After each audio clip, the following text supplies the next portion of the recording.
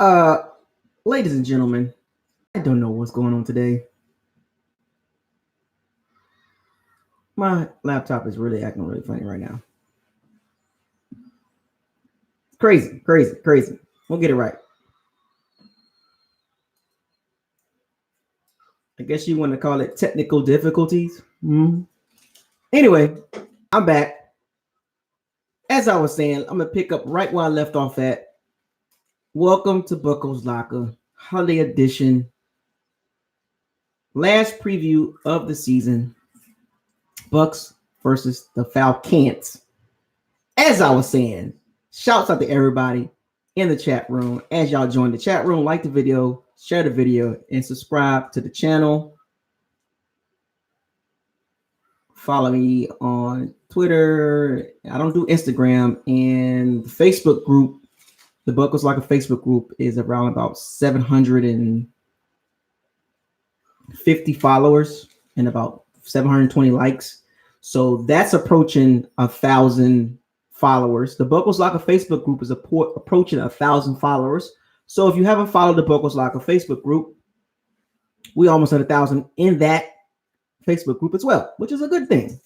So once again, BucosLocker Holiday Edition, last and final preview. As you can see, I am always going to be Bucks all the way.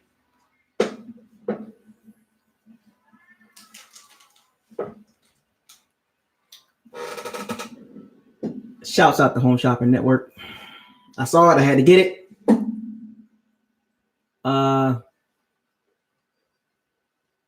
So where was I?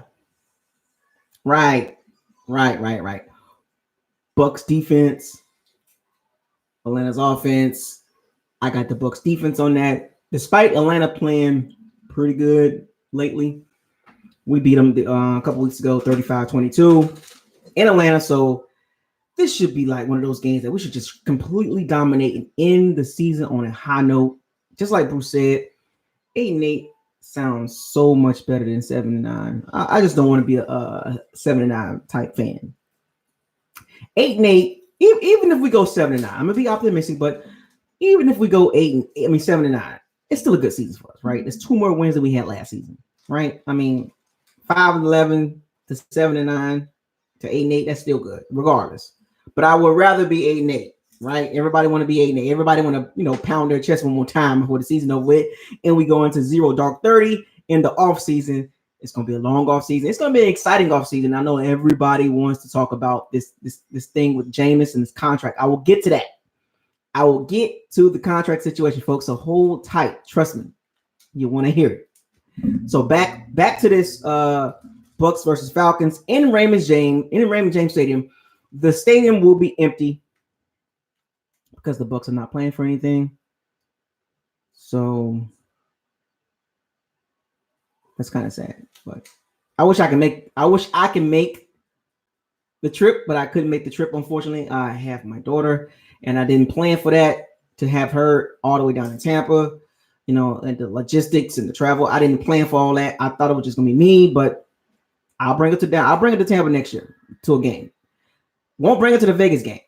I'm going to the Vegas game, folks. I don't know about y'all, but I will be at the first game of the season in Vegas. I've never been to Vegas before. I know, but I will be at the game in Vegas, the first game of the season. The Las Vegas Raiders versus the Tampa Bay Bucks. I will be there. Yes, indeed. Anyway, so Devin White been playing pretty good last half of the season. Levante doing his thing. JPP had 3 sacks, so he got 6.5. Hasn't even played a full season. So we did miss him, though. We did miss him. He's shown his value the last couple of weeks. Jamel Dean, Carlton Davis, Murphy Bunton. It's the Falcons. You played them already. They can't make too much changes in their offense. They're going to play the same offense they played in a couple weeks ago.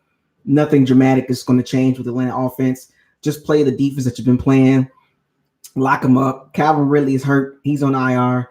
I don't know what Austin Hooper is going to play.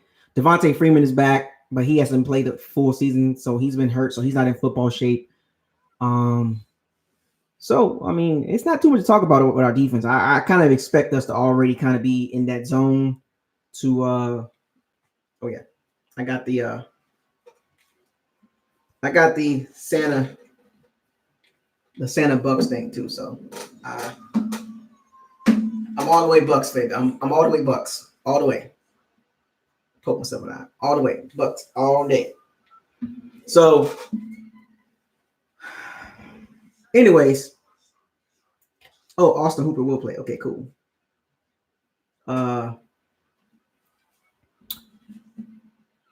It's not too much to say about the defense, man. I mean, they're gonna keep playing good. They're gonna close the season really good. Todd Bowles got them boys playing. I had my doubts in the first 8 games, but the last 8 games they have actually ranked in the top 10 the last 8 weeks, 7 to 8 weeks. They've been in the top 10. So that is a really big turnaround. It took them a half a season to kind of figure out the defense. It took them a half a season to figure out this complicated, complex 3-4 crazy blitzing every down this type defense. The second most blitzing team in the league. It took them 8 weeks to figure it out, and they finally did. So shouts out to the Bucs defense. Via, Levante, Devin White, JPP, welcome back. Hopefully you stay. Shaq Barrett doing your thing. William Golson stopping the run. Bo Allen, whatever you be doing. And Dominican Sue, I appreciate you, man. You brought a new attitude to the team, unlike Jerome McCoy with his soft butt. Hating life in Carolina right now. So Jerome McCoy gonna try to come in and do his, come back in the offseason. Nope, you're done. So that's about it with the defense. Shout out to the defense. Offensively, Jameis Winston, 92 yards away from 1,000 yards. 92 yards away from 5,000 yards. Now, a lot of folks don't think that's a big deal. It is a big deal, folks. The only quarterbacks reaching 5,000 yards are Hall of Famers. I know it's a passing offense, it's a passing league. Well, Matthew Stafford did it. It wasn't no complaining about him. Brady did it. Breeze did it a couple times. Peyton Manning did it. Dan Marino did it. It's a big deal. Y'all can try to downplay 5,000 yards, because if it was that easy, every quarterback will be doing it. Every offensive coordinator will be chucking the ball around. That is not an easy feat to do. 5,000 yards is a pretty stout number to reach. I know, it don't come with wins. The wins matter. When it comes to wins are judged on the team for me. Now, people like to judge quarterbacks of wins. Cool. I can understand that, right? Subjectively speaking, I can understand that. But I judge wins off of team effort, right? So individual stats are for individuals, right? Because even though football is 53-man roster, but there are individual accomplishments. And 5,000 yards is an accomplishment. So congratulate Jameis Winston, whether you like him or not. Congratulate him once he reaches 5,000 yards. It's only happened 11 times, folks. The NFL, AFL has been around for a long time, and it's only happened 11 times. Multiple times by Drew Brees, Dan Marino, Matthew Stafford, Tom Brady. Now you can throw Jameis Winston in there too, and that's a big deal. And most of those quarterbacks are Hall of Famers. Actually, all of them are Hall of Famers. Only Hall of Famers reaching 5,000 yards.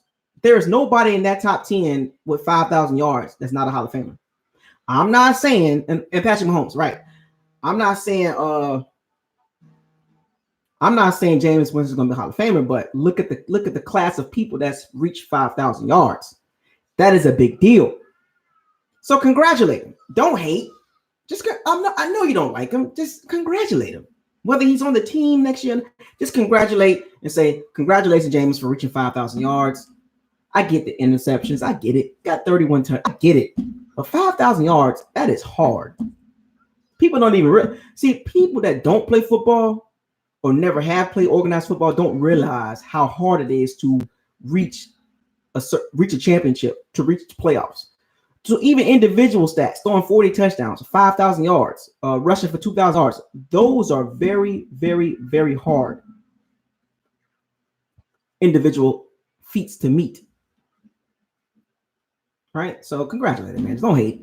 You know, I know it's been a lot of turmoil behind him and all that, but 5,000 yards, man. Congratulations. You know what I'm saying? Just congratulate him. Anyway, offensively, the Bucs will move the ball. I always said that. Nobody's going to stop us from moving the ball. We have one of the most unique offenses in the NFL in the last few years. The only offenses that compete with us is the Chiefs offense, the Ravens dynamic offense. The Cowboys their offense can be dynamic if everything's clicking on the right cylinder. What's another offense that can compete with us? There's not too many offenses that can match us from point to point. San Francisco maybe, but we have a top 5 offense. I know 95, 98% of it is passing. Or the Saints offense is deadly. But think about it. We are right there with the upper echelon of offenses. We have never had an offense like this in Tampa. We've had some of the most boring offenses in the NFL. And we finally got one that can score points. I like it. Just missing a couple pieces here and there. The running game. If you've been following BucosLocker Facebook group, I've always talked about the running game catching up to the passing game.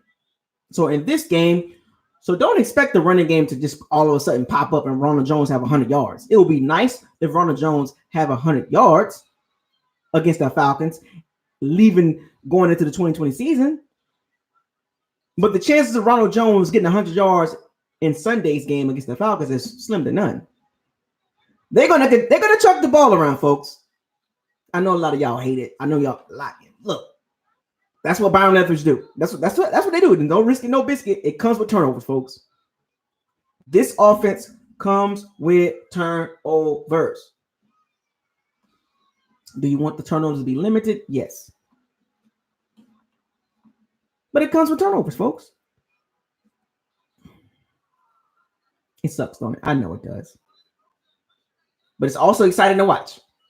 And I expect us to put up 25, 28, 29, 30 points, maybe 35 points. You know, that's what it is. I'll give you guys at the end of the video, but we're going to put up points. It's going to be another 400-yard offense again. Once it's going to throw for about 300 plus again, a couple touchdowns, and probably a pick or two.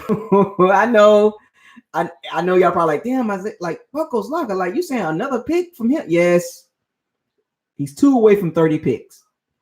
There's a good chance he reaches 30 picks, and there's a good chance he throws for 3 or 4 touchdowns, right? And we still win the game. So there's a good chance you will see 300 yards, 2 or 3 or 4 touchdowns, and 1, 2 or 3 or 4 picks. You never know what you're going to get. Life is like a box of chocolates, right? You never know what you're going to get with Winston, man. You never know, man. At any given Sunday, 300, 400 yards, 4 touchdowns, 2 picks.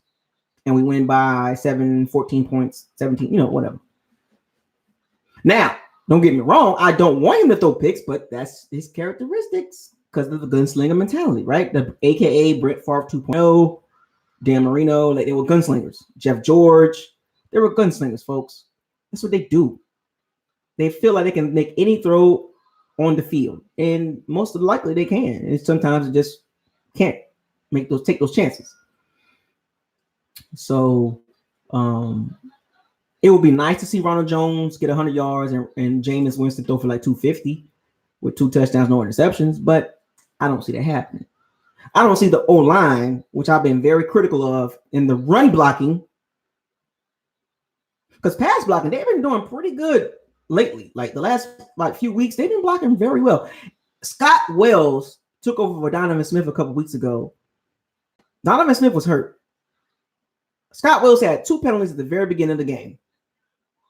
After that, did y'all even notice Donovan Smith was missing? I wonder if the Bucs caught wind of that. I wonder if the Bucs organization, the coaching staff, Josh Wells, not Scott Wells, Josh Wells. I wonder if they caught wind of that. Josh Wells actually did a pretty good job. And that was no Donovan Smith. There was no missing, like, oh my gosh, like Jameis Winston got sacked a lot. No, Josh Wells actually held his own without Donovan Smith. Like, interesting. The offense didn't miss a beat. And they paying Donovan Smith all that money. And Josh Wells blocked just as good as Donovan Smith. I don't even think Josh Wells allowed a sack. But that's neither here nor there. Donovan Smith will be playing Sunday. But just keep him out. Keep out on that, folks. I really want this running game to shine this game. I want this running game to end very well. The passing game is going to be interesting because I know Mike Evans is out for the season. Scotty Miller, Chris Godwin is not playing. Chris Godwin is not playing, of course. I know that. So once again, Rashard Perriman, number one receiver with I hope Tanner Hudson plays. Cameron Brate, OJ Howard. Redeem yourself.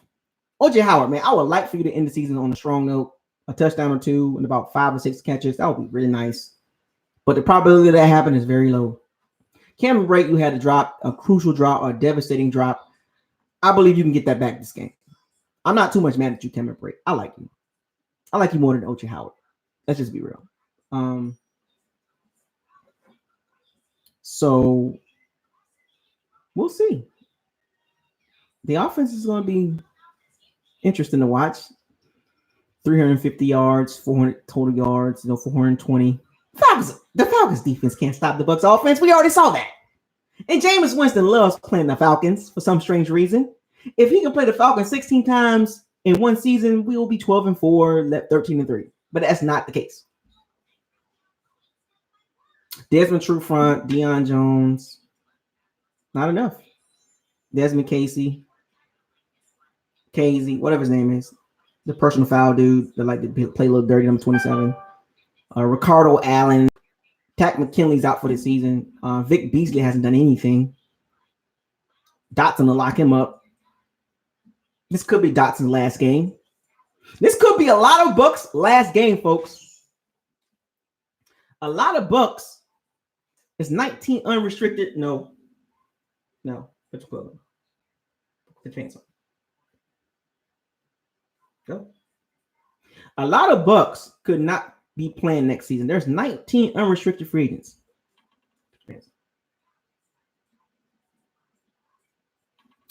19. What'd I say? 19. This team's gonna look different, folks. Ryan Jansen has no money left. Cameron Brate has no money left. We can possibly replace Alex Kappa. This is the last time you will see this team as constructed, because it will be a lot different next year, folks. What did I say?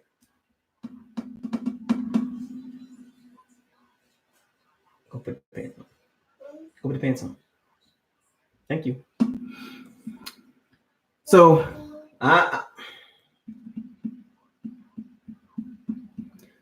as I was saying, Rashard Perriman might not come back. Ronald Jones will be back. Well, Peyton Barber might not be back. William Golson, Cameron Brate.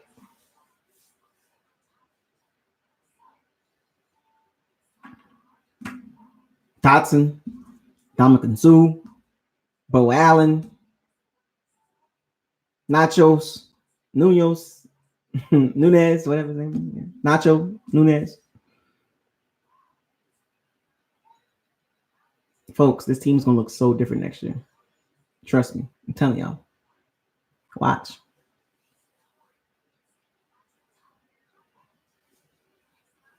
The Bucs need to end this on a high note. Somehow, some way, find a way to win this game. Turnovers or no turnovers. Find a way to win this game. Give the fan base something to be excited about in 2020. Going into the offseason. Wouldn't it be nice if Winston throws for 300 yards and no touchdowns, 250 and no touchdowns, 200 yards and no touchdowns? Wouldn't it be nice if Jameis get his 5,000 yards and he let Ryan Griffin play? Because a lot of y'all want to see Ryan Griffin play. Still got to win the game. So there's a lot of things that can happen in this game. Hopefully, God forbid, nobody gets injured. I hope nobody gets injured. But the stadium will be empty. Yes, folks. I wish I could be there. I wish I could be there with my sweater. But the game will be empty at the stadium. It will be so dry. It will be so many red seats. It will be some Falcons fans all through that thing to make the trip, if they do make the trip. But that stadium will probably have about 20,000 people in there Sunday. That stadium can hold over 60,000 people. It's going to be about 20,000 people in the stadium.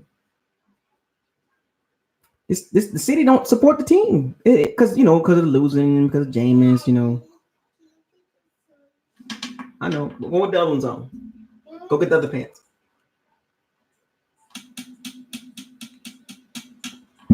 Go.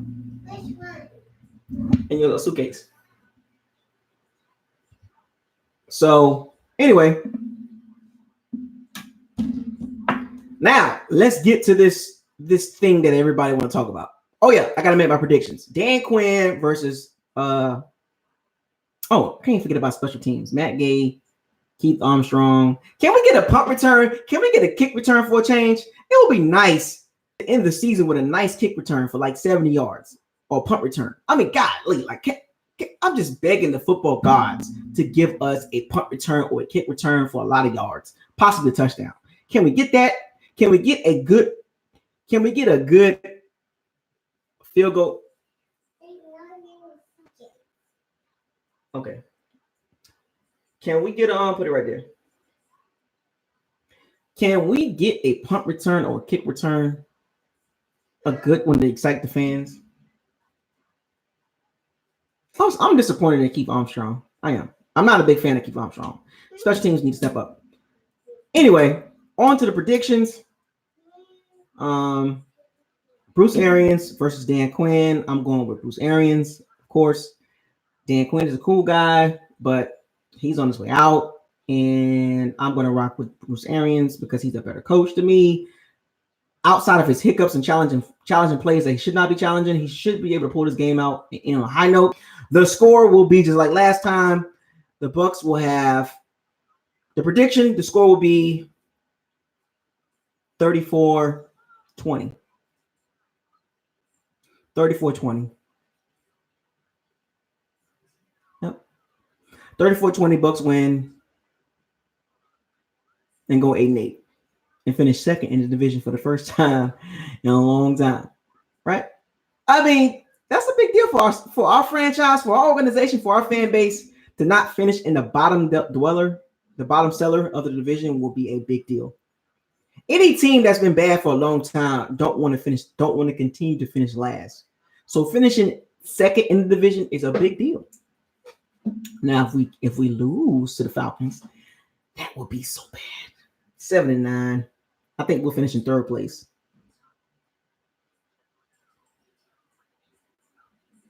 So anyway, let's get to this big conversation that everybody wants to talk about. As a matter of fact, I got a special guest for y'all.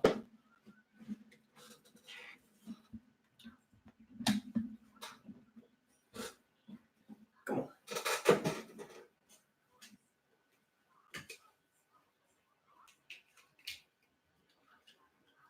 Gotta get you right. Special guest on his way.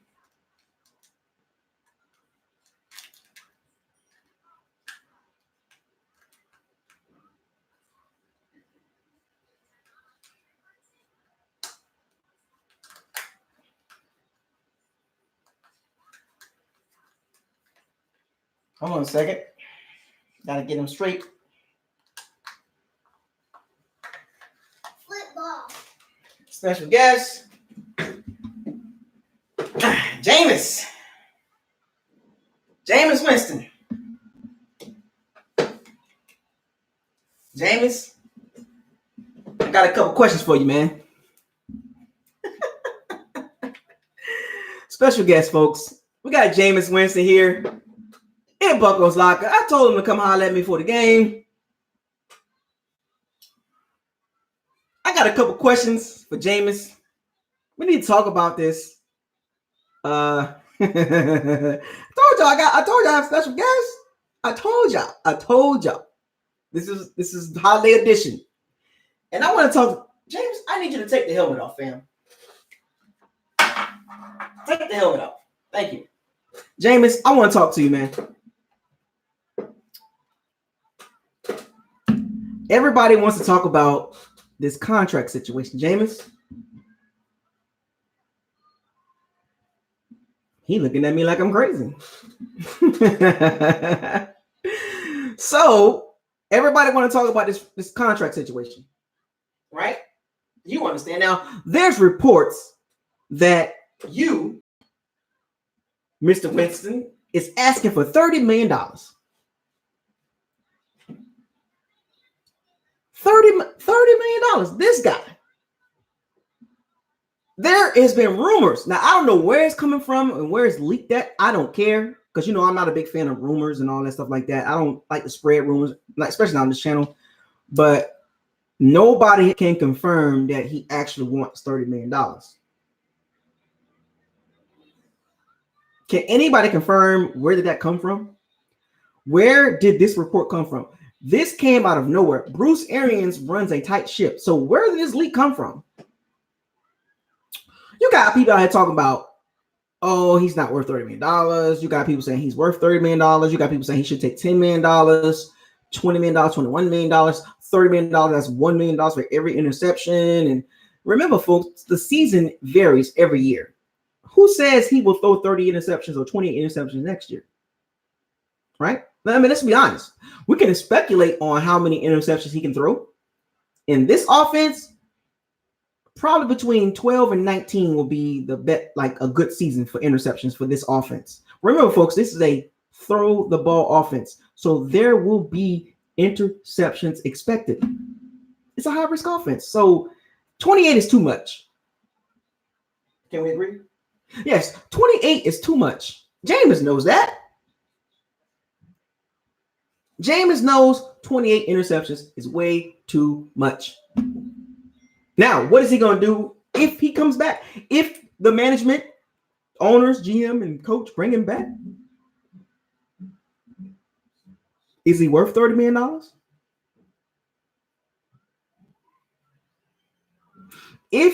If this organization had faith in Jameis Winston 100%, he would have been re-signed already.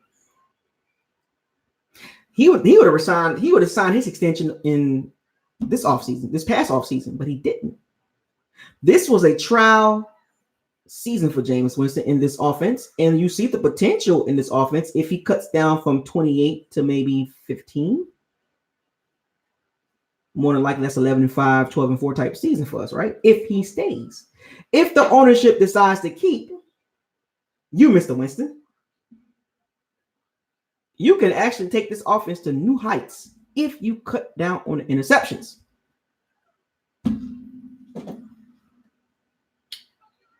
Now, I will say this. If they bring him back, now how much is he worth? That's the question. How much Jameis Winston is really worth on market value? Now, let's look at the market value, folks. $27 to $30 million. That's what you're going to get, folks. People are wondering, he should take a pay cut. Well, why should he take a pay cut? Remember, folks, don't forget, football is a business too. Would you take a pay cut if you was if you was late every day and your supervisor, your owner, your manager comes to you with a pay raise, despite the fact that you late? Will you turn that down? Will you turn down a pay raise knowing that you were late every day? A $10,000 pay raise. Your boss, your manager comes to you and say, I'm going to give you a $10,000 pay raise. I know you've been late, but I like your work. Will you turn down that $10,000 pay raise knowing that you were late every day? That you was late 28 times? Out of 365 days out the year, you were late 28 times. You're going to take that pay raise, right? You're going to take that pay raise. You're not going to say, oh, nah, I'm good on the $10,000 pay raise. I was late 28 times. I'm going to wait on it. Think about it, folks. I'm just trying to give you a perspective on how he's thinking. His agent, his team, how they're thinking. Do you really think they're going to turn down money because of interceptions? Y'all wouldn't do that. Y'all wouldn't turn down a $10,000 increase because you were late. Oh, no, thank you. I'm going to hold back on the $10,000 raise. I appreciate the raise, but I was late 28 times, so no thanks. You'll be lying to yourself if you say you'll turn down $10,000 because you were late. Remember, folks, this is a business for this man and his family and his team. So do you think he's going to come in here and say, just give me $21 million and I earned $9 million?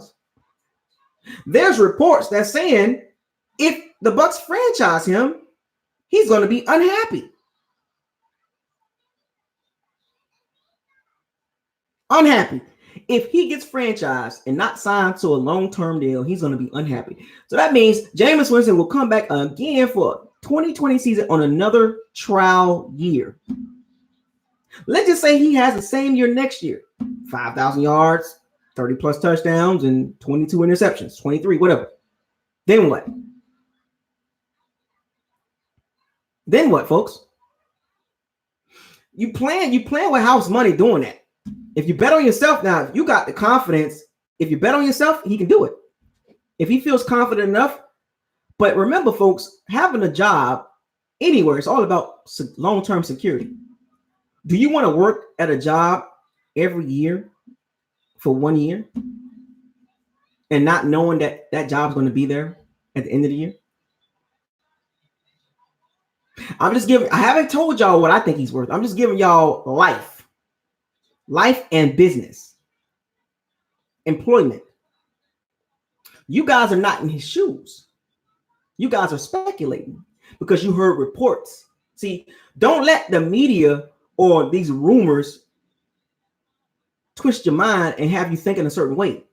Just break it down. You can break it down piece by piece. The market value for quarterbacks go up every year. Folks, y'all know this. How are y'all going to see a story about him wanting $30 million and run with it? You can't run with everything in the media, folks. The media is there to create turmoil, create animosity and confusion and anger. And a lot of y'all running with that. I'm disappointed in y'all. As soon as y'all see the report, oh, somebody sent me something. It came from Clutch Sports. What? And then they got the NFL.com, like $30 million. Where is this coming from? Has Jameis Winston has he came out and said he wants $30 million? Did his agent come out and say he wants $30 million? No. Has anybody on Jameis Winston's team come out and say he wants $30 million? Right. Stand over there. Can anybody answer that question? The growing market for quarterbacks. The quarterback market goes up every year. Y'all know this. Good job. The quarterback market goes up every year. Y'all know this. It's about to get reset by Dak. It was reset by Carson Wentz and Jared Goff. Jared Goff and Carson Wentz got $100 million guaranteed. Do you think Jameis Winston's better than Carson Wentz and Jared Goff? That's the question. If you want to know how much Jameis Winston worth, let's go down the list of quarterbacks. Is he worth more than Matthew Stafford?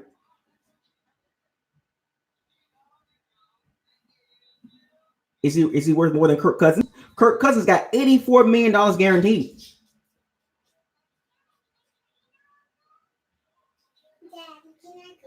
No. $84 million guaranteed. Kirk Cousins. Y'all just saw him last Sunday, right? Sunday Night Football. No. On Monday Night Football, I'm sorry. 3-year deal, $84 million. That's what, $28 million a year? So Jameis Winston is not worth $27 million a year? I'm just asking a question. I didn't tell you what I think he's worth. I'm asking a question. I'm just giving y'all quarterbacks. Derek Carr. He got $25+ million. A lot of guaranteed money. Is Jameis Winston worth more than Dak? And Dak about to get paid $30 million with a better team. Dak got a better team than Jameis Winston, and Dak finna get paid. The Bucs and the Cowboys pretty much got the same record. Dak Prescott got better weapons around him, better defense, better running back, better O-line. All set up for Dak to succeed. Failure. But he about to get $30 million.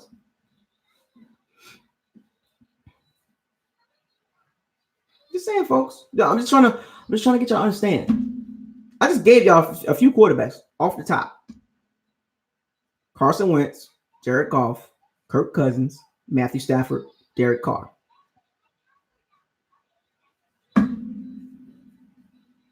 All those quarterbacks are getting quite a bit of money. A lot of money guaranteed. But the question is how much Jameis Winston is worth on the open market? How much he's worth to the Bucks? How much he's worth to the Bucks or open market? Which one, folks? How much do the Bucks value Jameis Winston in their system, their organization, not only on the field, but off the field? Now remember, folks, this is a business. So if the Bucks put money into Jameis Winston, it's not for on the field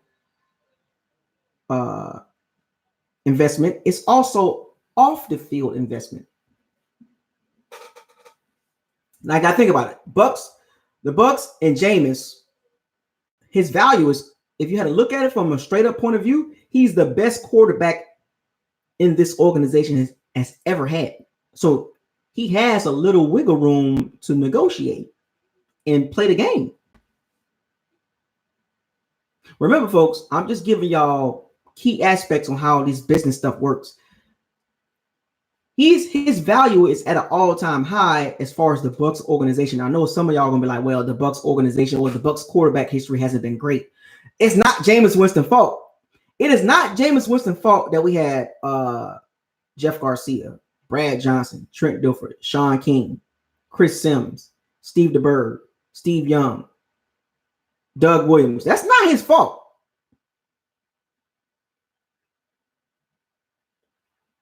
That is not his fault that the Bucks have done a horrible job in getting quarterbacks. It was easy for Jameis Winston to become the best quarterback in Bucks history. You don't think that carry any value as far as in the organization? The Bucks organization never had a quarterback like this. Well, they had one with Steve Young and Doug Williams, but they got rid of him. And you see how those two turned out, right? The question is, do the Bucks want to take that same chance they did with Steve Young and Doug Williams? Or say, you know what? He's going to be like Chris Sims. He's going to be like a Sean King. He's going to be like a Trent Dilfer. He's going to be like a Chris Sims. He's going to be like a Ryan Griffin. He's going to be like a Steve DeBerg. The Bucks are in a weird position, folks, because you know they value him. They do. The owners like him. The GM obviously like him. That's why he's still on the team. Also, on the flip side of that, how much Jameis Winston is worth on the market value? I just told y'all how much he's worth with the Bucks. I didn't give you a number though. See, I'm just giving y'all the value, the intangible value, not tangible, intangibles. Best Buck quarterback in history, in the Bucks franchise history. Most yards, most touchdowns, all the records. He's broke all the records in the organization.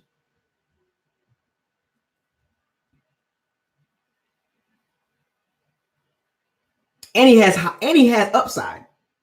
His upside is if he cut down on the turnovers, he's a top 5, top 3 quarterback. So the Bucks are in a weird situation with Jameis Winston.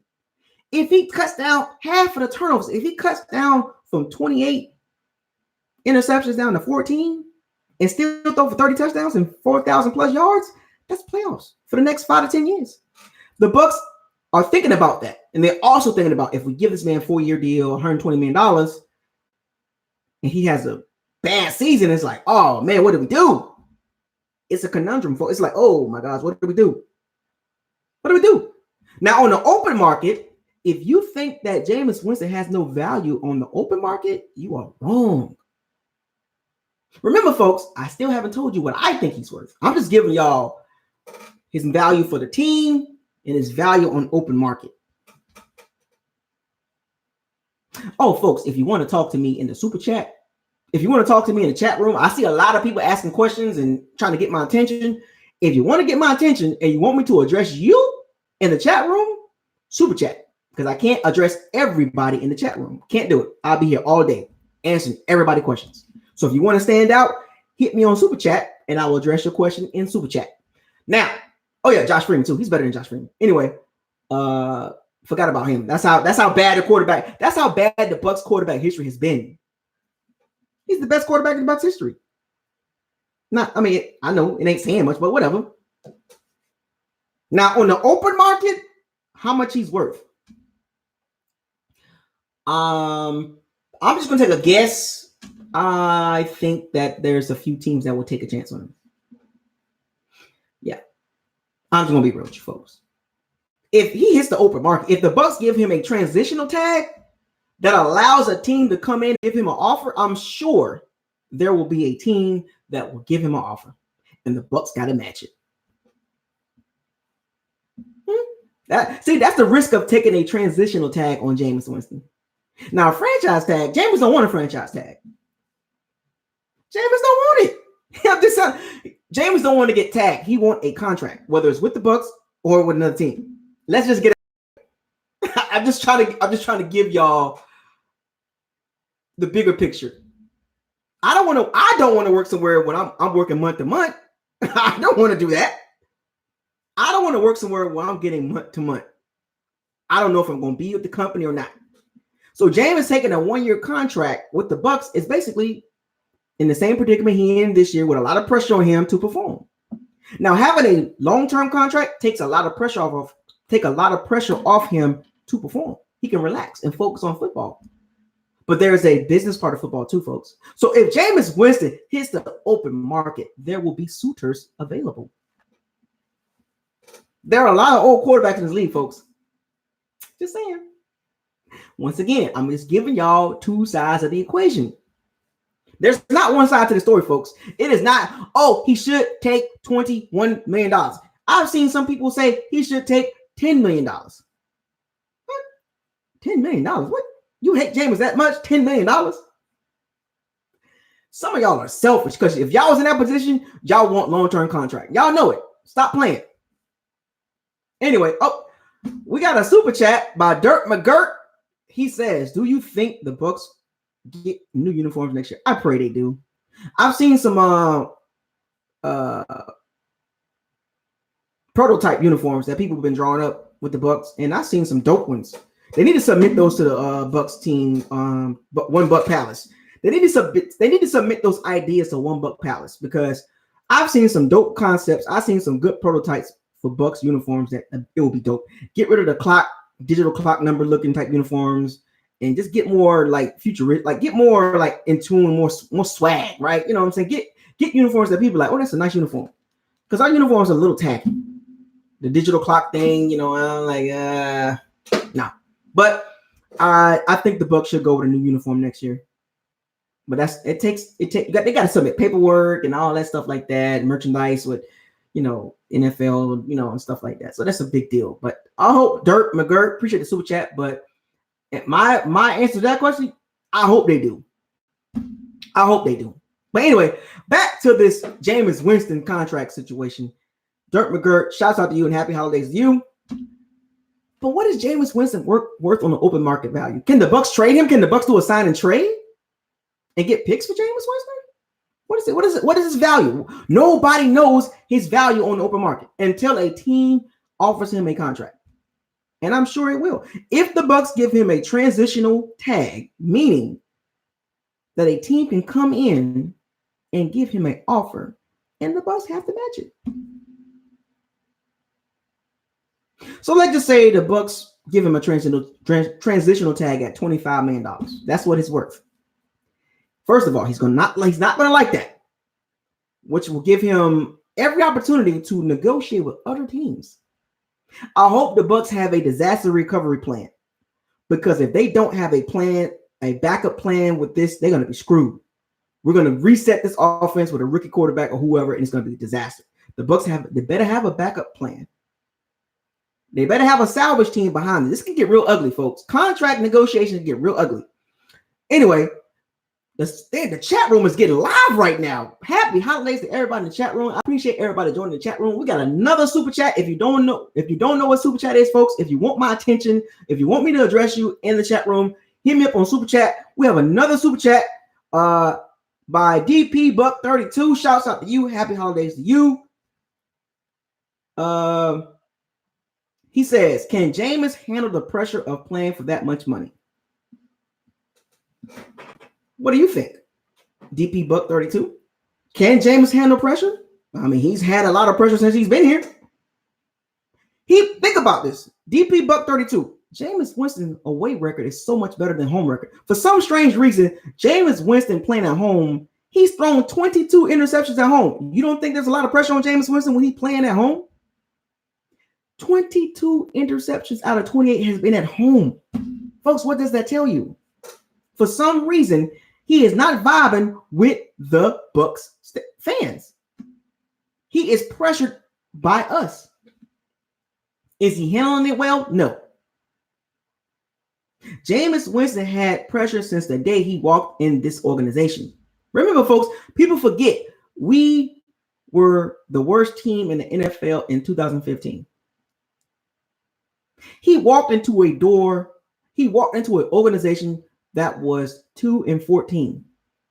That before Jameis Winston got here, this organization was bad. This team was bad, folks. Outside of that 10-6 season, before Jameis Winston, in that Super Bowl, we were not good, folks. Raheem Morris and the John Gruden era. That was it.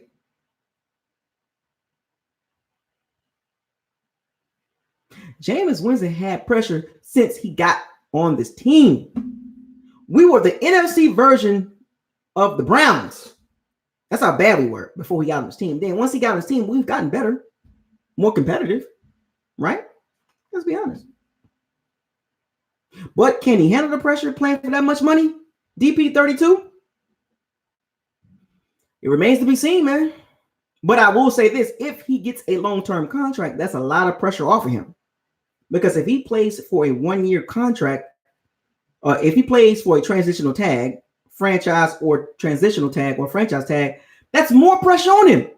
What you don't want with a quarterback is him playing for one-year contracts. You want your quarterback to be, he wants to feel like you're all in. You're invested in him totally. So with the Bucs giving him a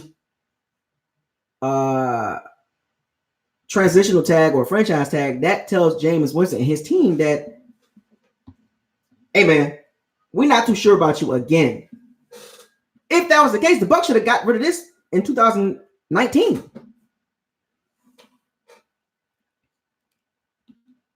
The Bucs should have got rid of Jameis Winston in 2019 before the season started. They should have cut him. The Bucs organization, Jason Light and the Glazer family and Bruce got to take blame too. Now they created this. They created this whole Jameis Winston. What you gonna do with him? They could have gave him a contract. They didn't because they weren't too sure. So they said, let's try him out for a year. So you mean to tell me for another year they're gonna do it? You know how much pressure is gonna be on the team and him at the same time? No. Go sit down. Matter of fact, go get me some apple juice. Give me some apple juice.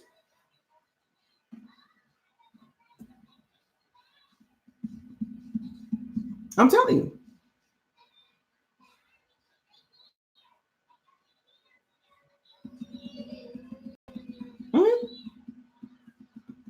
I'm telling y'all, folks. There she go. I never can do a video with her around. I just can't do it. I can't do a video with her around. I try, folks, but I gotta wrap this up because my daughter. If any fellas out there that have a daughter, a young child as a daughter, they're very needy. They need a lot of attention. They are attention driven. If I had a little boy, I'm good. But I got a little girl, and all she wants is to be around me all day long. So I gotta tend to this. I gotta wrap this video up. But like I said, Jameis Winston, his value, they're Patriots, Steelers, Patriots, Steelers, Chargers, the Bears, the Jags. I mean, there will be teams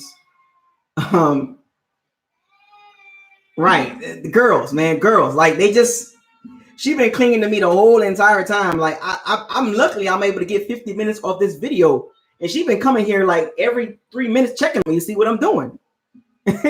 She don't like to feel alone. I'm neglecting my daughter because of y'all. But anyway, Jameis Winston, man, what I think he's worth, I would say between $23 and $27 million. Exactly. Right. Memphis. Yes, exactly. Can't do it. She's at the door. When I'm in the bathroom, she's at the door. If I'm in the kitchen, she's in the kitchen. If I'm in the living room, like she's on me. Like, man, like exactly. But $23 to $27 million, what I think he's worth. Which means that's either a transitional tag or a franchise tag. But is he worth a long-term deal at 25 years old? We haven't had a talent like that. I mean, do you want to start over with another quarterback, a rookie quarterback? We're not getting Joe Burrows. We're not getting Tua Tagovailoa. I mean, we can go get Jacob Eason, Justin Herbert, maybe. I'm not sold on either one of those guys. Jalen Hurts in the second, third round. But do you want to waste a valuable pick on a quarterback when you need O lineman and D lineman? I mean, folks, like this is a very touchy situation, folks, and we're gonna see how this turn out. I gave you my thoughts on this situation. I broke it down for y'all. What's his value for the organization? What's his value in the open market? I compared him to other quarterbacks that just got new contracts, and also gave you what I think he's worth between $23 and $27 million multi-year deal. If the Bucs keep him. Now, if the Bucs don't keep him, fine. Move on from him. If you don't want Jameis Winston, they need to move on from him. They don't need to drag this out another year. I don't want to see this situation drag out for another year. I don't want to see Jameis Winston in a Bucs uniform on a transitional tag or a franchise tag. If you don't want to sign him to a long-term deal, get rid of him. Move on. Go find a quarterback in the draft. Go get somebody in free agency. I don't want to play this game in the offseason. I really don't. I don't want to talk about it. Just get it over. You're going to keep him, sign him to a multi-year deal with some incentives, with some good guarantee money up front and some incentives that he can reach $30 million if he reaches some goals and cuts down on the turnovers. And if you don't want Jameis Winston, get rid of him. Move on from him. I support the decision either way because I'm a Bucs fan. At the end of the day, I can stick up for this man all day long. I can turn my back on this man all day long. But right now, he's a Bucs quarterback. I'm gonna stick with the team. So whatever the decision the teams make, or whatever the decision the team makes, I'm going to stick with it. So if the team signs Jameis to a long-term deal, let's go. Strapped in. I'm strapped in. Clap you in the corner. Like I'm with it. Let's get this franchise on the right track. Jameis or with another quarterback. Either way, build the trenches. Get the running game going. Build the O-line. Build the D-line up. Get a running back. I don't care who the quarterback is. I'm sorry, Jameis. I don't care who the quarterback is. If you're going to ride with Jameis, ride with him. Give him a long-term deal. But do not throw a transitional tag or a franchise tag on him because I'm telling you, it's going to create more turmoil amongst the NFL media and the fan base.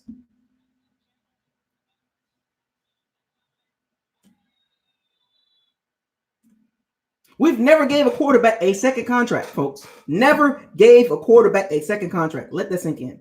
Now let that sink in. We never gave a quarterback a second contract. Doug Williams, Super Bowl Redskins. Steve Young, Hall of Famer, all-time great. What are we doing here? Like, oh man, I'm not saying Jameis Winston is all-time great, but man, we got to figure this out. Whatever the team decision is when it comes to him, I'm with it. So if they get rid of him, okay. Have a backup plan. I don't want to hear no Andy Dalton. I don't want to hear no Ryan Fitzpatrick. I don't want to hear no Marcus Mariota. You better have something better but you better have somebody better than him to replace that can keep the offensive production up.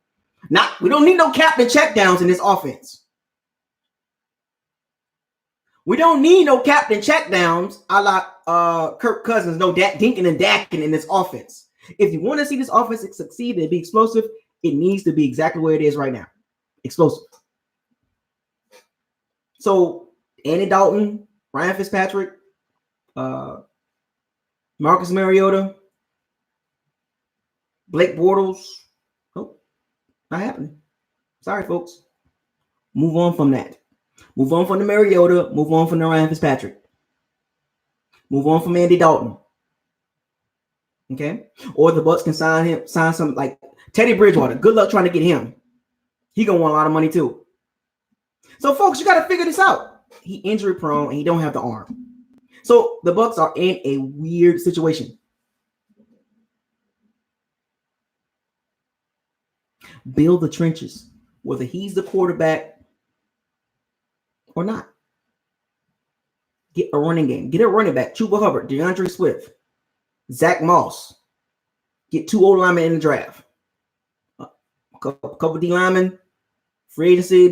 Like I'm all about the trenches now, folks. I can see where this offense can go if it's tight. If the screws are tightened up in this offense, if it goes back to the Arizona offense with the David Johnson and the Carson Palmer. Do you realize how explosive this offense will be with a 3-down back that can run and catch and block? So you don't know what we're running. You don't know if we're passing because every time the Bucs put in Ronald Jones, we're running the ball.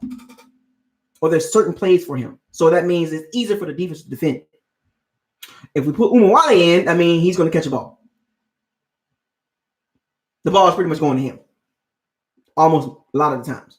Or Peyton Barber comes in, we're running the ball. Like, we need a 3-down running back where the defenses can't guess on what we're doing.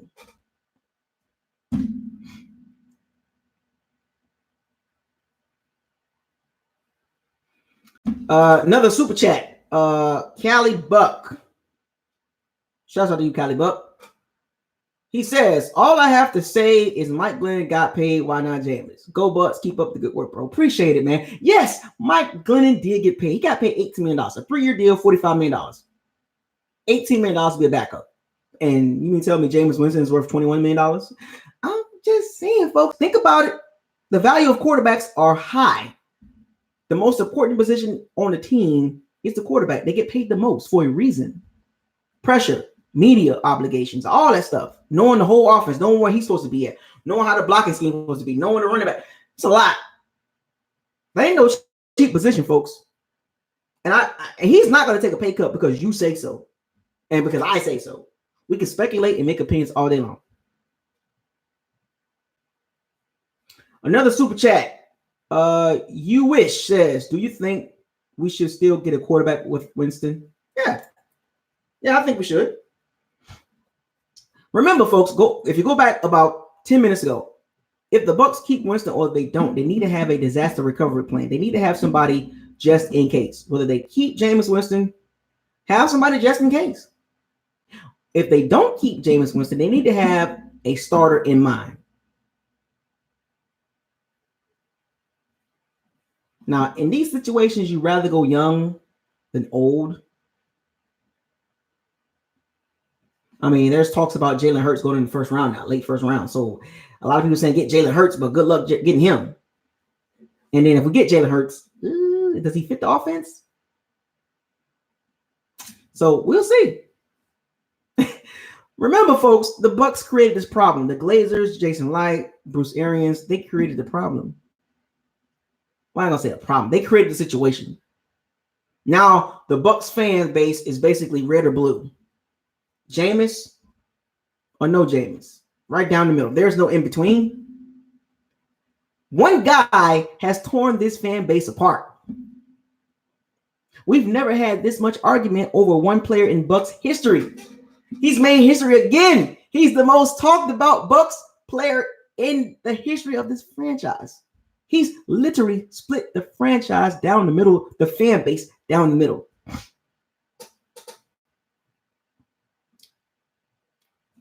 That guy, Jameis Winston, is a controversial personality. Now, let me rephrase that. On the field, he's controversial. Now, off the field, I think he's got that behind him.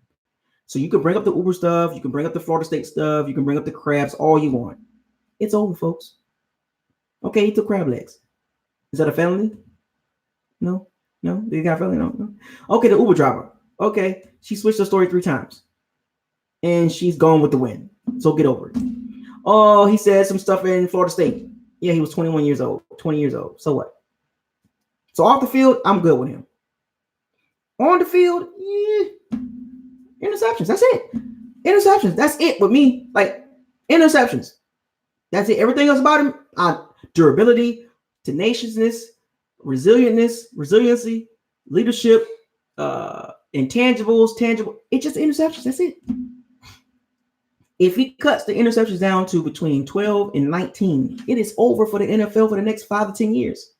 His ceiling comparison, folks, if you look at the ceiling for Jameis Winston, his ceiling comparison is Big Ben Roethlisberger. See how the ceiling turned out for him? 2 Super Bowls. Could Jameis Winston be a Drew Brees? Remember when San Diego was like, oh man, you ain't cutting the Drew Brees. We're going to draft Phillip Rivers, man. And they got rid of Drew Brees. The Miami Dolphins blew it. Oh, his shoulder messed up. The Miami Dolphins could have had Drew Brees. They blew it.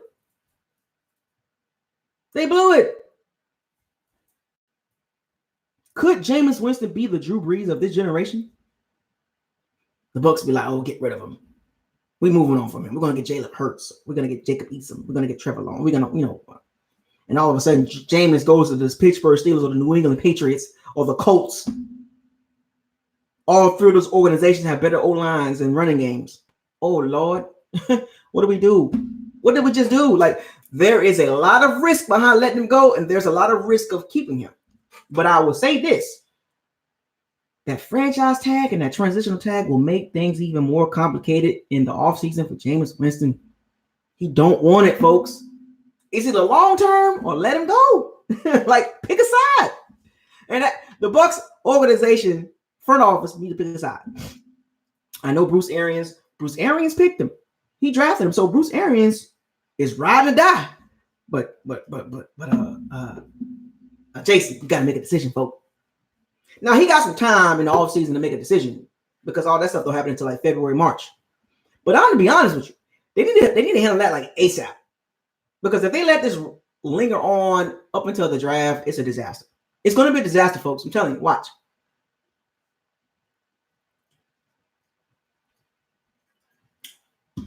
It's going to be a disaster. Let me tell you why.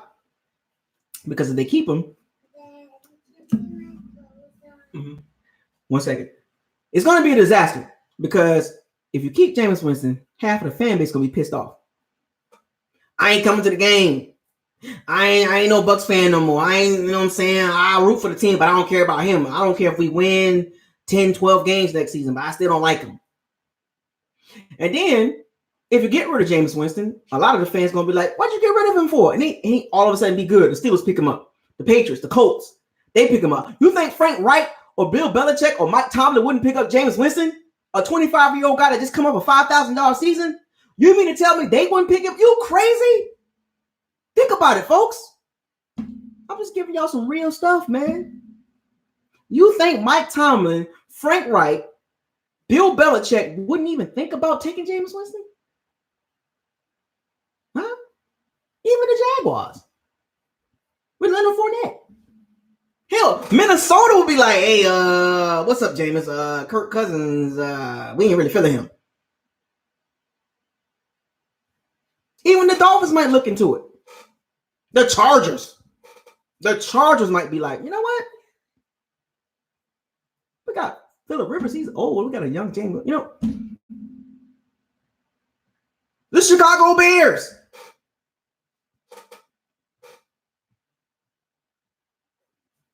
The Carolina Panthers.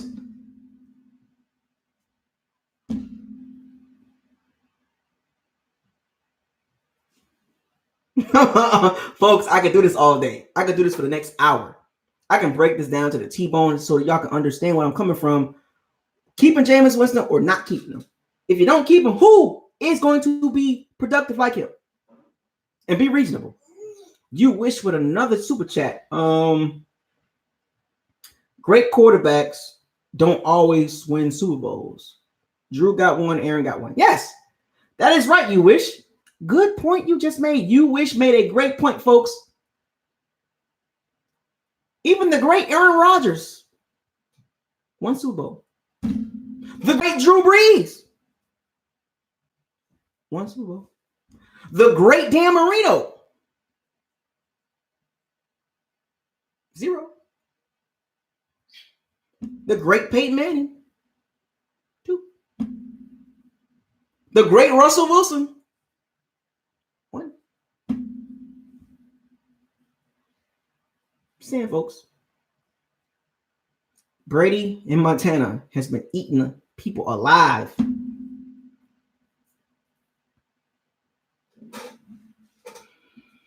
Folks, you got to understand, the great Andrew Luck, he quit. He couldn't take a beating no more.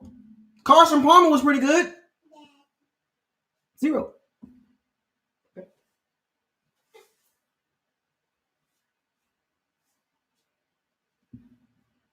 Cam Newton, 0. Matt Ryan, 0.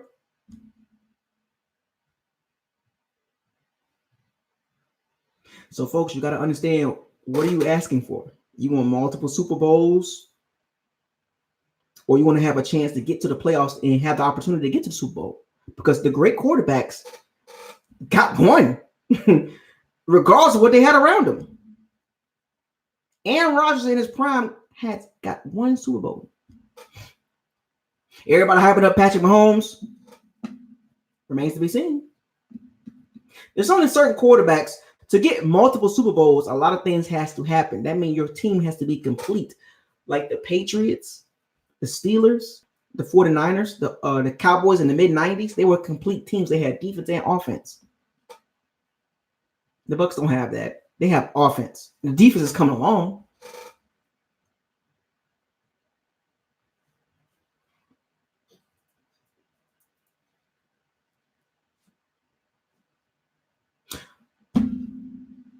So because Mark Sanchez got more playoff appearances than Warren Moon, that makes him better than Warren Moon? Kurt Warner got 2. No, got 1. I'm sorry, got 1. Got 1. There's a lot of Trent Dilfer, Joe Flacco. Are they better than the great Dan Marino because they got a Super Bowl?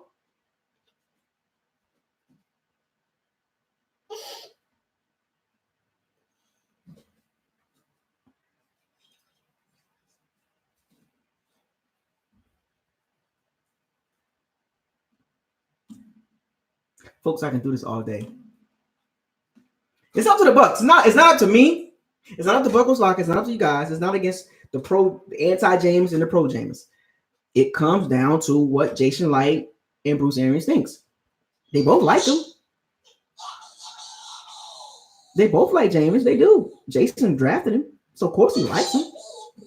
Jason is really he's very hesitant to let Jameis go.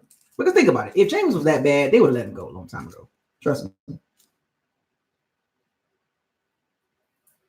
So y'all can complain and bitch all day long about keeping them and not keeping them. It ain't up to y'all. It's up to the organization. This is why they get paid and you don't. This is why they are part of the front office and you're not. I'm not a part of the front office. Is there a path to get to the front office? Yes. You have to do the area scout thing. You have to, do all this stuff. You have to get, certified. You can become part of the staff. It takes a long time. But you guys are not part of the staff. You guys are speculating. You're very opinionated, like me. The only facts I can give you is basically what the facts that's already put out there. The Bucs know what they got at Jameis Winston. I think they already know what they're going to do. The question is, do we know? No. But they already know what they're going to do with Jameis, folks. They got to play the game. Whether they keep him or not, they already know. Because if you keep him, half of the fan base is going to be mad. Despite the fact that if we win next season, when we go to the playoffs, half of the fan base still going to be mad because we winning with him. They don't want to see us win with Jameis Winston. Half of the fan base don't want to see Jameis Winston win here. And then you got half of the fan base want to see him win here because they see the potential. They don't want to see another Steve Young or Doug Williams situation or Drew Brees situation or Ryan Tannehill situation. Right down the middle, folks. The organization, the difference between the fan base and the organization, trust me, the people that matter know exactly what to do with Jameis Winston. Hello. I can only give you what I've seen and heard and twist it up to my opinion because it's very subjective. Regardless of the matter, folks, I am a Bucs fan. Whether this guy is on the team or he's gone, I'm still going to be a Bucs fan. And if he's here next season, I'm going to support him because I want to see the team win. Meaning they need to make some upgrades. Get the run game going and build the trenches. But for this guy or whoever the quarterback is, I'm going to repeat that. Whoever the quarterback is, build the trenches, improve the running game. Offensive line, defensive line.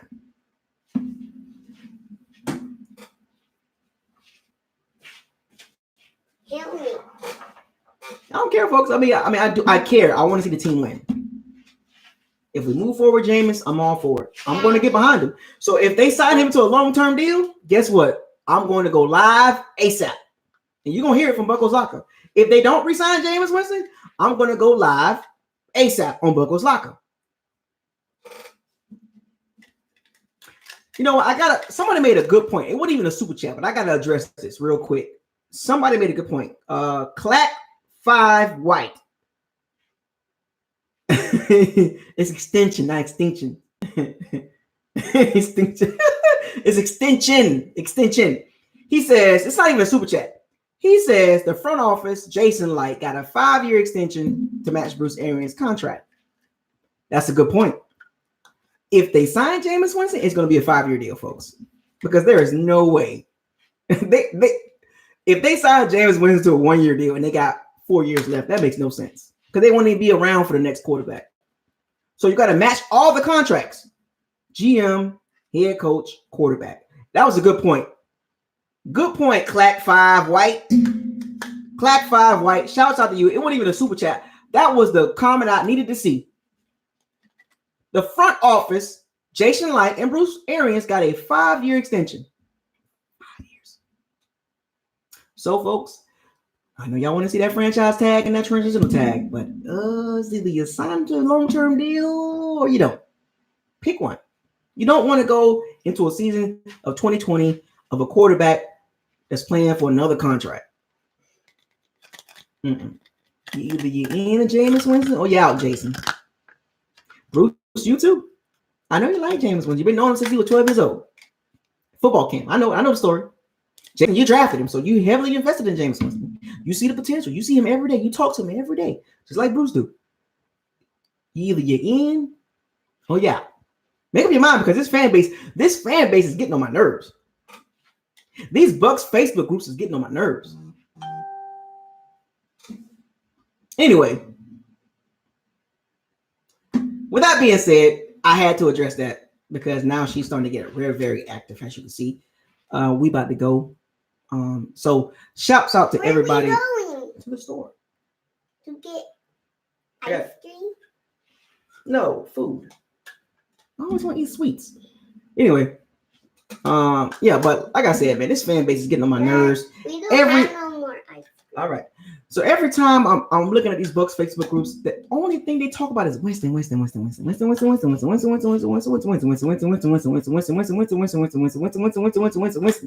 Back and forth all day. It's the same topic every day. Interceptions. Well, we should keep him. Well, he threw too many. This thing it's like the fan base is. The fan base is they're insane right now. It's a level of insanity. It's ridiculous. Winston. Hey, what about the running game? So what? Who cares about the running game? Winston. Hey, what about the trenches? Winston.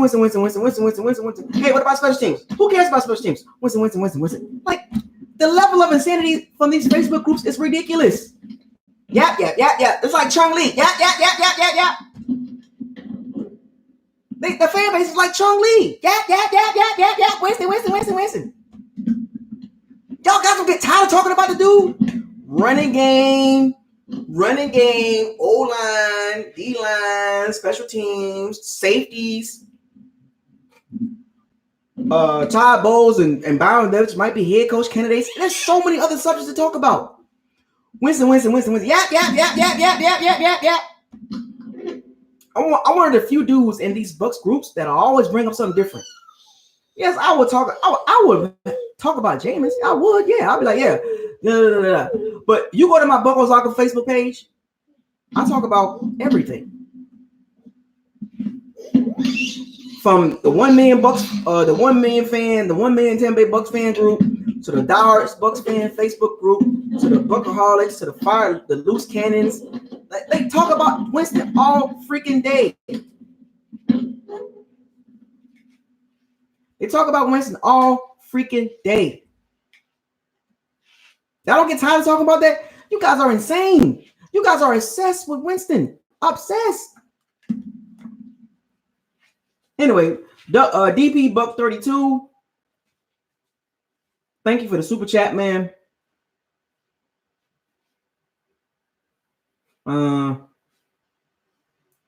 Another super chat, Oliver 813 says, if Jameis leaves, get Phillip and draft her. See, Oliver 813 fam. Appreciate the super chat. Phillip Rivers and draft Jalen.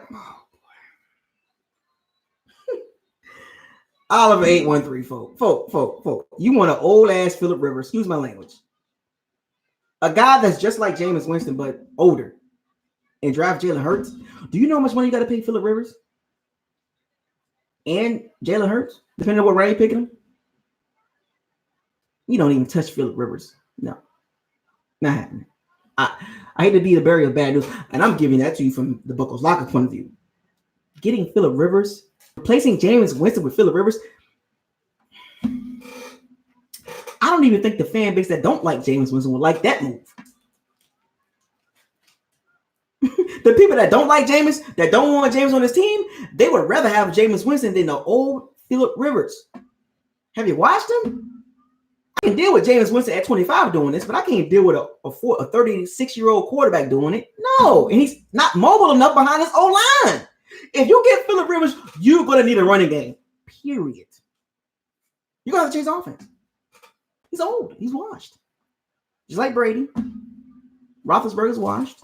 On the verge of being washed. Y'all complain about Jameis Winston throwing motion. Have you seen Phillip Rivers throwing motion? Oh, Jameis Winston got a long delivery. Have you seen Phillip Rivers' delivery? Shot put. No, thank you. Sorry, Oliver. You got me crump.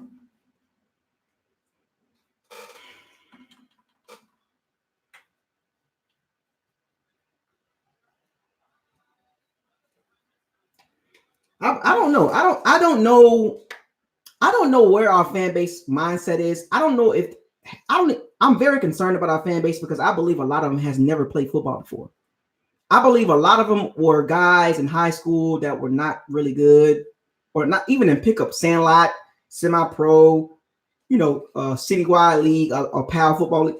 A lot of these guys were not even good enough to play football for real, and they're doing a lot of talking. That's what I feel in these groups that I do see, and I notice this. I'm like, some of these guys be talking like crazy. Like, have you ever played football before? Organized football at any level?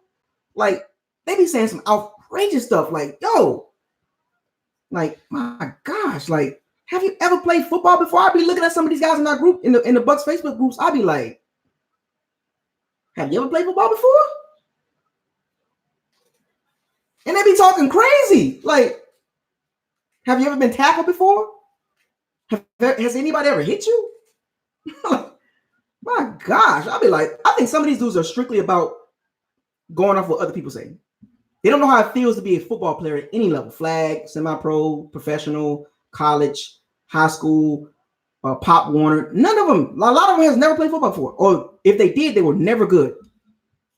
They were never good. I'm telling you, if you watch what some of these guys say, I'll be like, you never played football before. I can tell because they be talking reckless. And then when you try to talk some sense into them, they get mad and try to act like you don't know, because I can tell who understands football and who played football before. I stay away from a lot of Bucs fans because they talk reckless. And then when you try to talk to them about something, they get emotional. This is why fan base is one of the worst in the NFL. I'm telling you, man, like, you guys got to understand, like, it's about the team.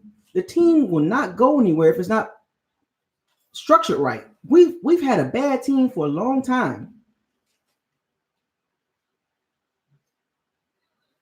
People forget that. Like, people keep overlooking that. We've been a bad organization for a long time.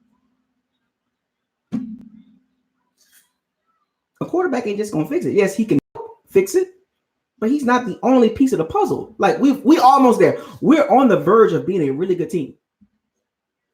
DP Buck 32 says, do you think we need to pick up a veteran corner? No, a veteran safety. I mean, we can pick up a veteran corner. I'm cool with that, but he's not starting. We're going to roll with the young guys. But a veteran safety will be perfect. A veteran safety, not a corner. If we get a veteran corner, he will not be starting. Now, if we get Patrick Peterson, that's a different story. If we get Patrick Peterson, somehow, some way, we get Patrick Peterson, whoo, let's go. He's still in his prime. He's like 30 years old, 31 years old. He can still play. He can teach those guys a lot. But I prefer a veteran safety.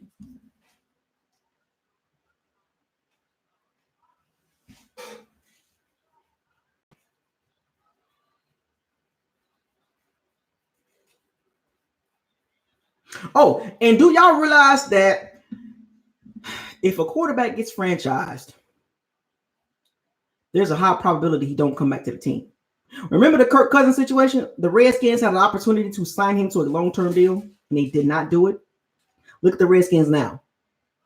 Look at the Redskins now. Here's a prime example of a team. I'm not a big fan of Kirk Cousins, but the Redskins went through this exact situation.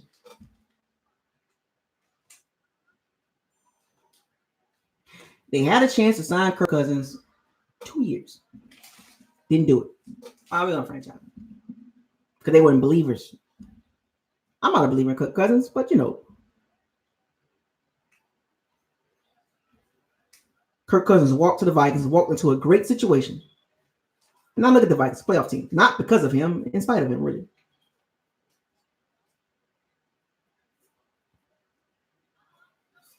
The Bucs are in the same situation.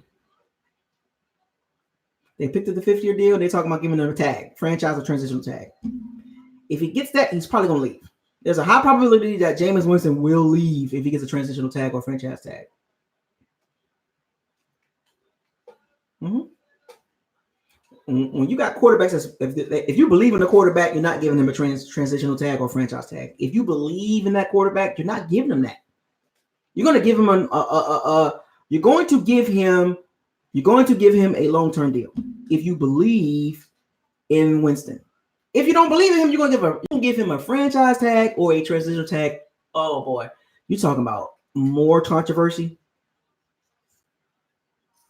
I don't want to talk about this stuff anymore. I don't want to talk about, but Jameis Winston got franchise tag. What's next? No, I'm like, okay, he got a 4-year deal. Cool. They're going to let him walk away. Cool. Good quarterbacks don't get franchise tags, folks. I'm just telling y'all.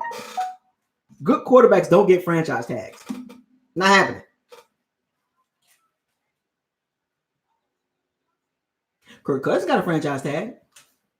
He ain't that good. Good quarterbacks get long-term deals. Now, granted, you know, like Flacco and Jared Goff and Carson Wentz. I mean, they average quarterbacks. Derek Carr, average. So if they can get 4-year deals, if Derek Carr, Carson Wentz, Jared Goff, Matthew Stafford get these long-term deals, and Matthew Stafford was pretty bad. I mean, he threw for a lot of yards, but the Detroit Lions wasn't winning. But guess what the Detroit Lions did? Still gave him a lot of money. The Bucs are in the same situation.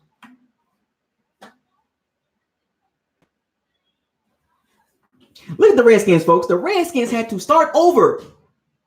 Case Keenum, Colt McCoy, Alex Smith. Now Dwayne Haskins. The Redskins are screwed for the next 3-4 years. Daddy, I need some more water. Okay. What's that right there? Apple juice? Bring it to me. The Redskins are screwed. They got to wait for Dwayne Haskins to develop. All right. Folks, we got a chance. We got a decision to make.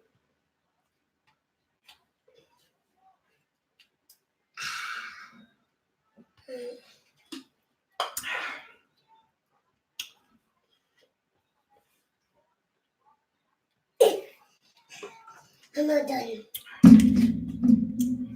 I don't think the Bucs should franchise Winston or transitional tag him. Either you let him go or sign him to a deal. There you go, folks. That's from BucosLocker live. Either you sign him to a 4 or 5 year deal, a 4 year deal, a 5 year deal, 4 year guaranteed, or 3 years guaranteed, a 5 year deal, 3 years guaranteed, or you let him go. You don't give him a tag. Roethlisberger didn't get a tag. Rivers didn't get a tag. Matthew Stafford didn't get a tag. Goff didn't get a tag. Winston didn't get a tag. Dak Prescott's not going to get a tag. Derek Carr didn't get a tag. Kirk Cousins didn't get a tag. And the Minnesota didn't give him a tag. They wish they would have, but Cam Newton didn't get a tag.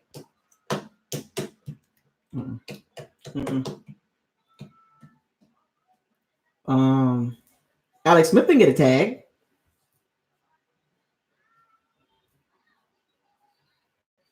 Andrew Luck didn't get a tag. The point I'm trying to make is these organizations believe in their guy, and they're going to do everything they can to make sure he gets everything he needs to succeed.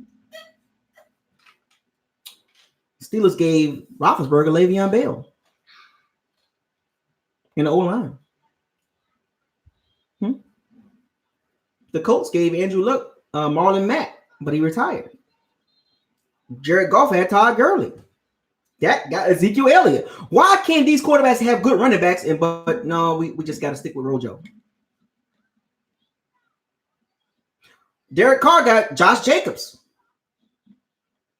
Ryan Tannehill got Derrick Henry. Marcus Mariota had Derrick Henry. Aaron Rodgers got Aaron Jones. Daniel Jones got Saquon Barkley. Dwayne Haskins got Darius Geis, even though he stayed hurt. Baker Mayfield got Kareem Hunt and Nick Chubb. Jameis Winston got Peyton Barber, Ronald Jones. Oh boy. Rivers got Melvin Gordon. Sam Darnold got Le'Veon Bell. Josh Allen got Devin Singletary and Frank Gore. Kyler Murray got Kenyon Drake. Matthew Stafford got Kerryon Johnson. Cam Newton got Christian McCaffrey. Drew Brees got Alvin Kamara. Like, what did the Bucs got? What did the Bucs got back there behind Winston? Or behind whatever quarterback comes to the Bucs? What do the Bucs have as far as a running game? I just gave y'all 15, 20 running backs. That's way better than what we got. For a while, Matt Ryan had Devontae Freeman. Kirk Cousins got Dalvin Cook. I mean, I'm just saying, folks. Well, we got to get a running back. Build the trenches. Oliver 813. Keep Jameis Winston 4-year deal. It's either a 4-year deal or get rid of him. 4-year deal or get rid of him. Pick one. Like that tag crap ain't gonna work for me. Ain't work for me. Get rid of him or tag him. Or get rid of him or sign him. Period.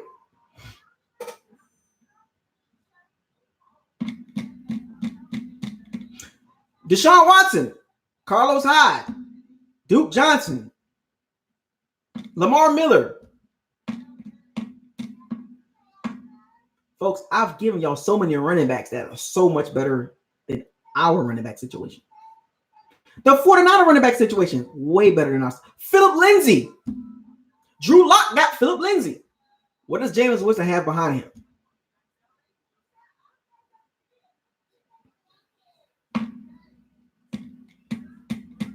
If we Tom Brady got Sony Michelle. If we keep Winston, put a running back behind him. Put a running back as 3 down. David Johnson. Carson Palmer had David Johnson. If we don't keep Jameis Winston, still get a running back. I'm going to keep saying that. It don't matter what quarterback we get. We got to get a solid running game. I'm going to keep saying that.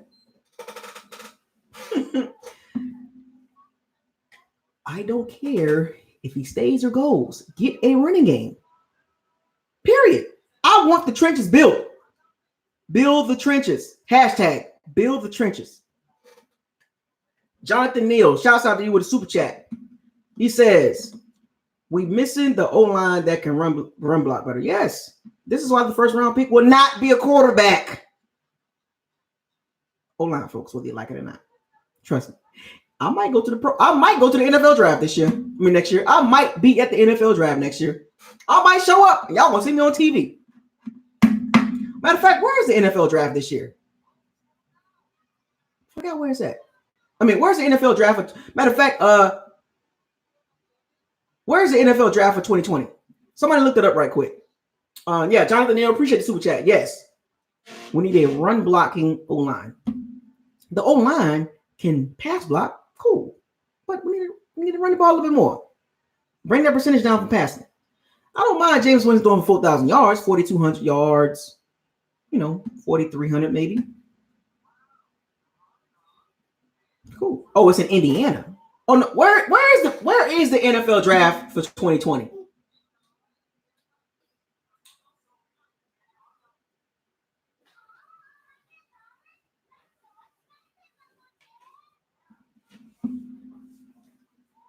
Where is it?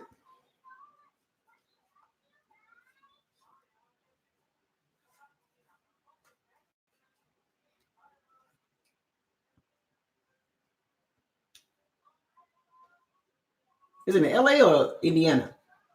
The NFL draft, not the combine, the draft. Where is the draft? I'm not going to look it up right now. Where's it at? Where is it at? I might go to the draft. Anyway, so I basically just gave y'all my tangent on how I feel about the Bucs in this contract situation. Either you sign them to a long-term deal or you let them go. But giving them that tag is the worst thing the Bucs can do. Because that, to me, that tells Winston that you're not invested. You don't believe in him. And when you don't believe in the quarterback and you give him a tag, all that tells him is we still not sure about you. Even though you put up 5,000 yards and 30-something touchdowns, and you do a lot of interceptions too, but we just still need one more year out of you. That's a bad deal, folks. Oh, Las Vegas. The draft is in Las Vegas? I've never been to Vegas before.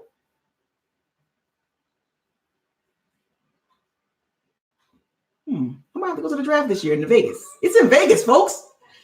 I might have to hit Vegas up. I like that. We'll see. I gotta look at the logistics, but I might be at the draft out there. That's on my checklist. That's on my checklist. The NFL draft, the Super Bowl, NBA Finals, the NBA playoffs, NFC Championship. Hopefully, the Bucs can make it to but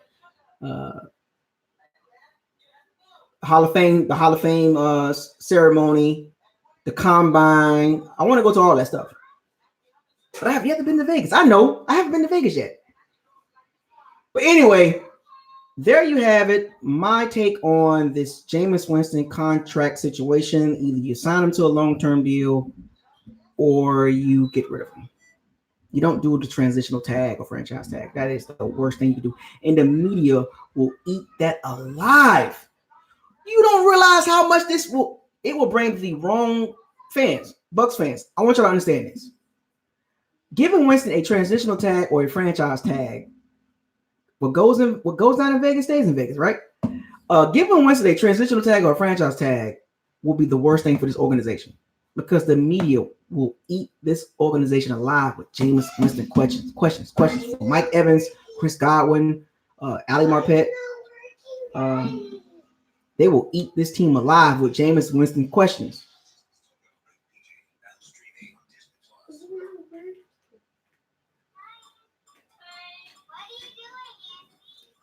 I don't want to see Jameis Winston with a tag coming back to the Bucs because that's going to be the worst thing for this organization and for the fan base. It would be a disaster. Oh, Jameis got a 1-year deal. Every other fan base gonna laugh at us. Y'all still don't know what y'all gonna do with him. Oh, y'all so stupid. Y'all should get rid of him. Y'all should have gave him a long-term deal. The media be like, what y'all doing? The Bucs don't need to be in that type of spotlight.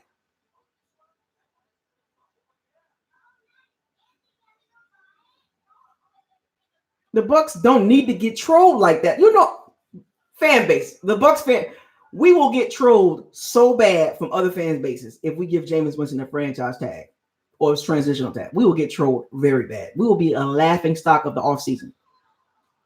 I don't want that heat. I'm a Bucs channel on YouTube. They don't talk very good about us. Every time they talk about the Bucs, it's Jameis Winston. That's it. Jameis Winston is a polarizing figure. Very controversial, they call him famous Jameis for a reason. Very, very polarizing figure. Okay. Go, boo, boo. Thank you. She's calmed down now. I'm telling y'all, folks, don't do it, Jason. Get rid of him or sign him. Don't do that franchise tag, transitional tag crap, man. I'm telling you. That is not what I'm telling y'all, folks, how the media talks about Jameis Winston.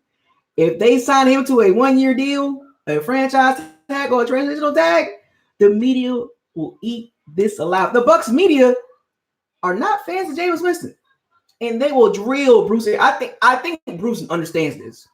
I think he knows signing Winston to a tag will be a disaster. He's already getting grilled about Winston's contract. If he cuts Winston, all right, he's gone now, folks. You know what I'm saying? Like, but if he signs him to a long-term deal, now the media will have to be like, all right, they believe in him. All right, it is what it is. I'm telling you, man.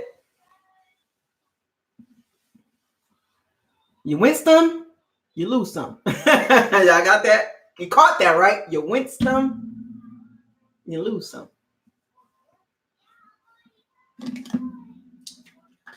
A polarizing figure, folks. More polarizing than Carson Wentz.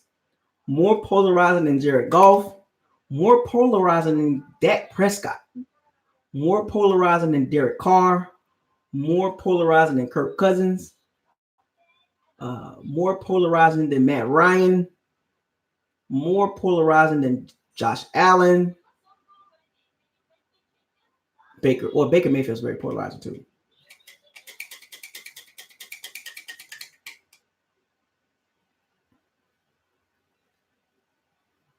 Very polarizing guy.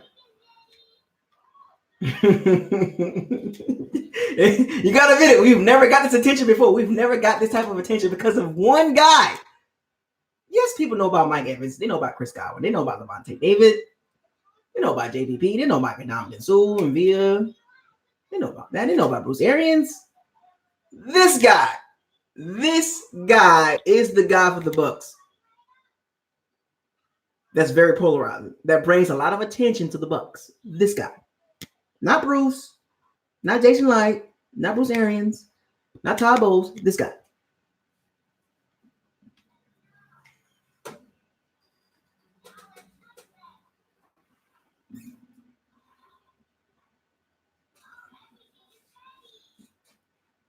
It's going to be a very interesting offseason, folks. Very interesting. We're going to see, man. But I got my fingers crossed. Long-term deal, they'll get rid of him.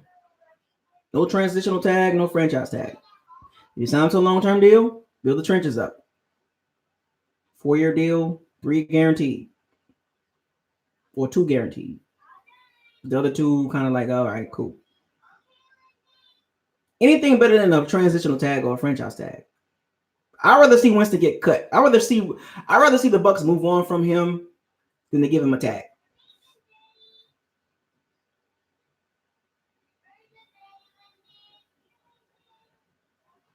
A 4-year deal, 3-year guaranteed, 4-year deal, 2 guaranteed, 5-year deal, 3 guaranteed, like whatever it is, whatever the deal is, I don't care. Just a long-term deal.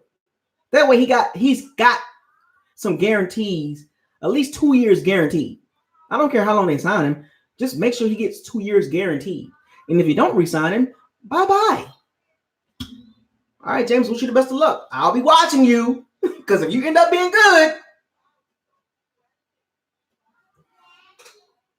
Anyway, all right, I'm coming. That's my cue, folks. It's time for me to sign out. With that being said, I gave y'all the Bucs versus the Falcons preview video and also mixed in with the Jameis Winston controversial contract situation. After this game's over with, that's all people going to talk about in these damn groups instead of the draft and O-line, D-line, and all other stuff. But I'm going to talk about everything else but Jameis. If I talk about Jameis, I'm gonna say my piece and keep it moving. So with that being said, this is your boy Isaiah coming to you again from BucosLocker. Me and Jameis Winston. Subscribe, like, comment, share on all my videos. Make sure you hit the notification bell icon to notify on all new videos that's posted on this channel. Make sure you subscribe and follow the BucosLocker Facebook page. Almost at 1,000 followers. And if you like the content, please feel free to donate to the channel. All donations are welcome, big or small. And super chat is also welcome as well. So happy holidays, everybody. Hopefully everybody enjoy your day after Christmas. And New Year's coming up. So there will be another video. I will do a live stream. Since I will not be at the game this Sunday, I will do a live stream. The last live stream of the 2019 season. So stay tuned for that. That's going to be so fun. That's going to be lit. I'm going to get a little crunk. You know what I'm saying? I'm going to get a little crunk. But I'm going to go out with a bang. The last live stream of the year, I'm going to go out with a bang. So we'll see. With that being said, this is Isaiah. To all my pirates and my sea bandits, I want y'all to fire those cannons. Seize the day. Raise the flag. I know y'all saw it right. No risk it. No biscuit. 8-8. Sounds great. BucosLocker signing out. Peace.